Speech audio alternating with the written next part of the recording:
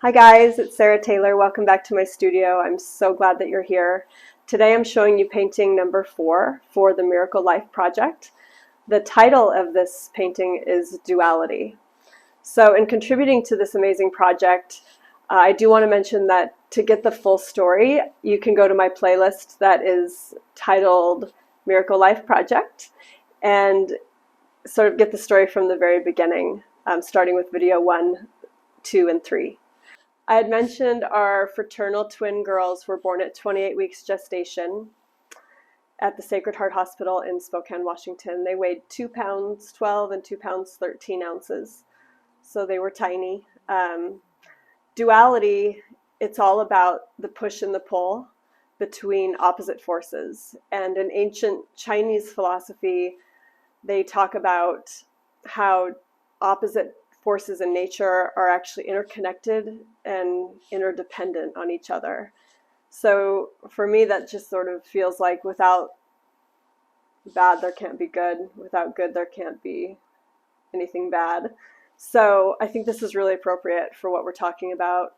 And it doesn't just apply to having premature children. This is something that shows up in all areas of our lives. And I think it's really interesting and a really intriguing and beautiful philosophy. My experience with having premature twins was filled with duality.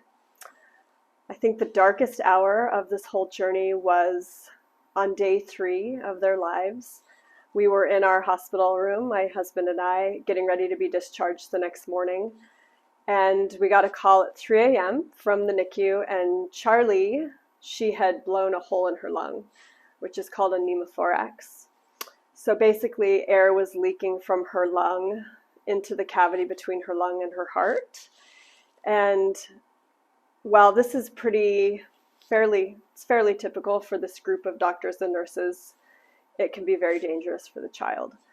We rushed downstairs, and we weren't there when it actually had occurred, when they discovered it, but we'd seen it happen with other children while we were there, like during the day, and it's an emergency situation, and it's terrifying. So I think within the 10 weeks that they were there, this was definitely our darkest hour, and I'll always remember how that felt. During these 10 weeks, they were basically just learning how to eat and breathe on their own and slowly growing.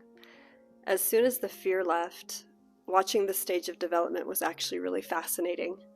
Under ideal circumstances, the babies would still be in utero. We watched them develop into newborn babies right before our eyes. We came into the hospital daily for cares. We changed their tiny diapers. We fed them when they were ready, and we did skin-on-skin time, and that's referred to as kangaroo care. We would rub their little heads a lot. I could tell they loved that part of our visit.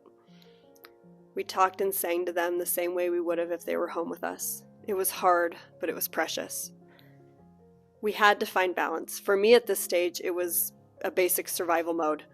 We rented an apartment near the hospital. I was dedicated to breastfeeding, and that in itself was a full-time job.